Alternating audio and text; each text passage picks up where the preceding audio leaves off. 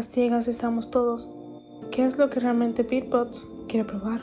¿Qué es lo que no estamos viendo? ¿Cómo están? Y bienvenidos a la tercera parte de Beatbots, lo que realmente la película quiere decir.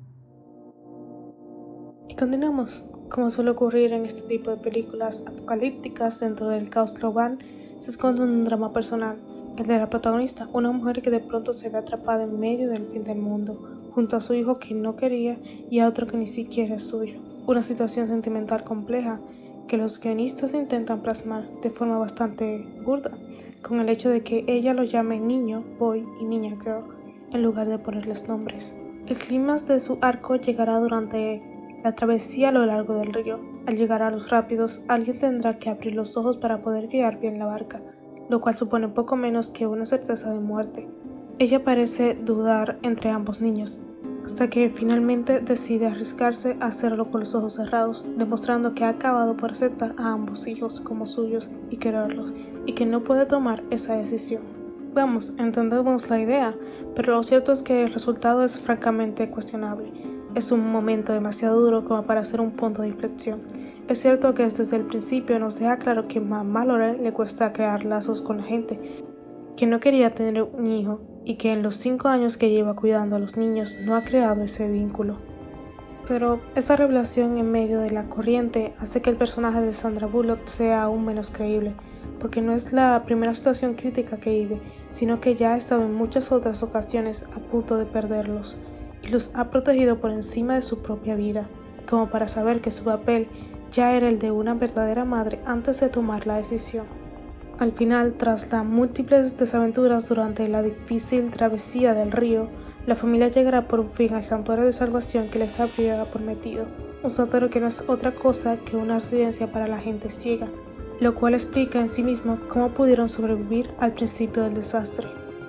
Poco a poco fueron acogidos allí a más personas hasta formar un pequeño gran refugio en el que vivir con seguridad. Allí termina la historia con Sandra Bullock junto a sus 2 hijos que por fin ha aceptado y en un sitio al que poder llamar hogar, dándole lo que hasta ahora nunca habían tenido: esperanza. Ya hemos hablado de las distintas teorías de Beatbots a ciegas, aunque he buscado por todos lados otra clase de teorías, pero no he encontrado nada. Y lo siguiente es así. ¿Qué pasa con lo que realmente no vemos? En esta película vemos unos seres que no sabemos qué son realmente, a los secuelan sus mentes, después simplemente se suicidan de manera atroz. La película nos quería decir que estamos ciegos a los miles de personas que se quitan la vida cada día o hasta cada hora, lo que no vemos y los ciegos que estamos ante la salud mental. Les lanzo este dato: más de 800,000 personas se suicidan cada año, según la Organización Mundial de la Salud. Es decir, que cada 40 segundos una persona muere por esta causa. En los últimos 45 años, la tasa de suicidios ha aumentado en un 60% a nivel mundial, según la OMS. Guyana, Corea del Sur y Sri Lanka son los países con más alto suicidio cada 100,000 habitantes, con tasas de 44.2, 28.9 y 28.8 respectivamente. Corea del Sur, la segunda ciudad con más suicidios en el mundo, algo que casi le pasa a Soyeon Kim, mejor conocida como Chingu Amiga, o Soyeon Kim coreana. Es una youtuber, maestra de Corea y tiktoker coreana que reside en México y sube videos de comedia, retos, bailes en su canal de YouTube y en su cuenta de TikTok. En el pasado ha revelado la cantidad de estrés que vivió durante su época como estudiante y relata que luego de comenzar a viajar, comenzó a tener la idea de irse de Corea del Sur para vivir en un país donde la competencia no fuera una constante en su vida. Pero en un reciente video que ha compartido a través de su canal oficial en YouTube, dio a conocer una etapa de su vida en la que el estrés estuvo a punto de acabar con ella. La creadora de contenido relata que se levantaba todos los días a las 6 de la mañana para dormirse a las 2 también de la mañana, durante únicamente 3 horas al día, pues no bastaba con solo ir a la escuela, También tomaba otras clases para prepararse para su futuro. La creencia de que una persona que estudia mucho en la vida es exitosa ha definido el estilo de vida de los coreanos, pues eso le abre puertas para trabajar en una buena compañía. Y a su vez, los maestros también le inculcaban que si no era bonita, al menos tenía que ser exitosa, y que si no era buena para los estudios, entonces prácticamente no tenía valor alguno en la vida. Siempre, cada tiempo que tomaba camión, yo estaba rogando como que espero que eso tenga accidente este camión para poder yo descansar. Estaba muy difícil esta época. Antes de venir a México, yo estaba muy enferma por un año. Casi no pude caminar sola, ni pude comer. Prácticamente no pude mover y estaba muy deprimido y estresado y muy triste. Y les voy a contar qué me pasó. Y por esta razón, la verdad, tengo mucho miedo de regresar a Corea. Sin embargo, en su interior comenzaba a tener ideas y sentimientos negativos, hasta el punto de desear tener un accidente en el transporte. Esto para descansar un poco de las exigencias de la sociedad, pues aseguraba nunca tuvo el tiempo de salir con amigas o simplemente divertirse un solo día.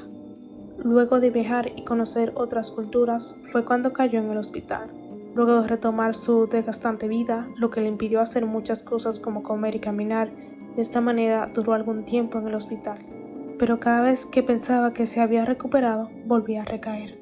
En su mente siempre existió una lucha entre lo que deseaba hacer y lo que por obligación debía hacer. Fue entonces cuando su padre comprendió que ya no podía continuar con esa vida y le compró un boleto a México.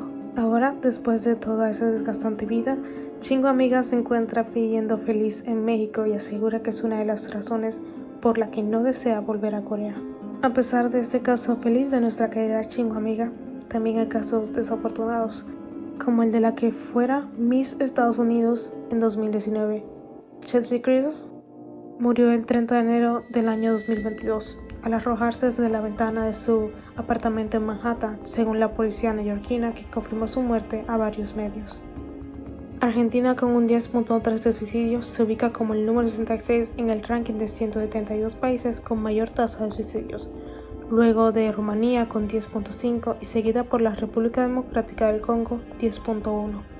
De acuerdo con las estadísticas vitales del Ministerio de Salud de la Nación, en el país se producen más de 3.000 suicidios por año y la Patagonia es la región del país con mayor tasa de suicidios, mientras que Cuyo registra la menor cantidad de casos.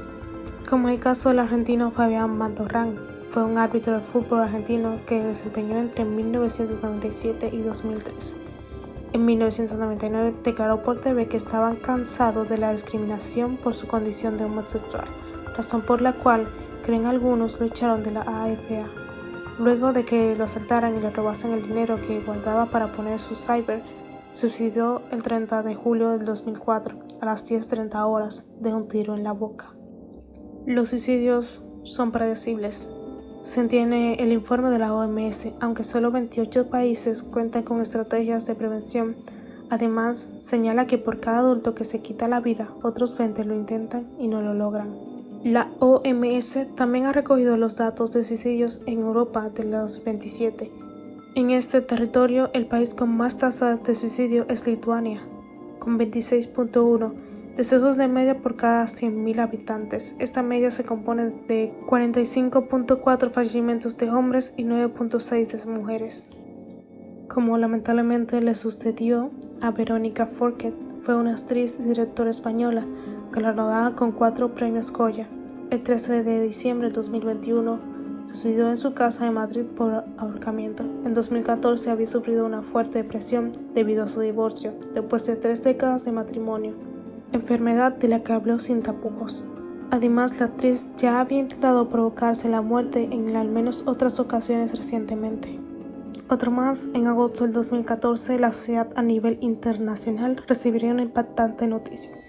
El gran actor Robin Williams, ganador de un Oscar en 1998 por Good Will Hunting, así como reconocido por sus actuaciones en Jumanji o El Club de los Poetas Muertos, se suicidó por asfixia en su casa.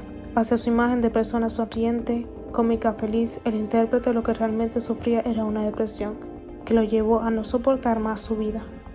Así como Ernest Hemingway, a pesar de su éxito literario y su interesante vida, el escritor murió ya en la vejez en 1991.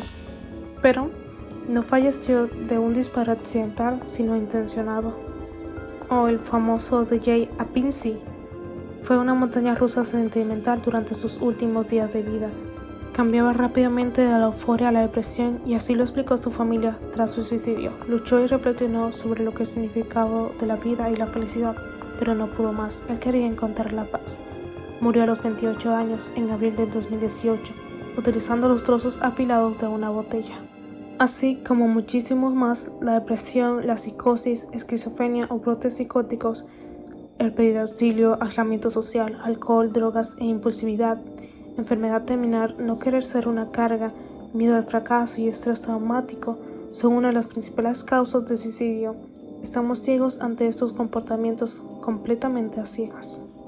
La fama, el dinero, la presión mediática, la soledad entre masas, el éxito, los focos, no son aspectos difíciles de dirigir para una persona. Por muchos estatus o reconocimiento que albergue su nombre y apellido, ¿será que Billboards es esto lo que nos quiere decir? La realidad que nos ha golpeado con la verdad, con lo que oculta tras las sonrisas y nimiedades de las redes sociales. ¿Y tú? ¿Qué piensas al respecto? ¿Será ese monstruo desconocido al que nos negamos ver? ¿Será que realmente no vemos la luz? ¿Estamos a ciegas? Estamos ciegos ante la cantidad de suicidios masivos que ocurren en nuestra sociedad, que tanto se le exige a la persona para ser perfecta y no tener defectos, ser juzgado por tan solo ser humanos y condenados. Tenemos tanto miedo de que descubran nuestra verdadera identidad y ciegos porque no vemos cómo le aprecia la persona que tenemos al lado. Solo mira a tu alrededor y pregúntate, ¿qué tanto esa persona está pidiendo ayuda en silencio? Ni siquiera nos damos cuenta de que detrás de la sonrisa más grande se oculta la mayor de las tristezas. Billboards nos indica esto, que estamos simplemente más que ciegos. ¿Qué tanto nos han cegado las redes sociales? Detrás de esa sonrisa, detrás de ese perfecto cuerpo, detrás de esa perfecta alimentación, ¿qué hay detrás de todo eso? Lo ciego que estamos ante solo una pantalla. ¿Será la realidad que nos indica Billboards a ciegas?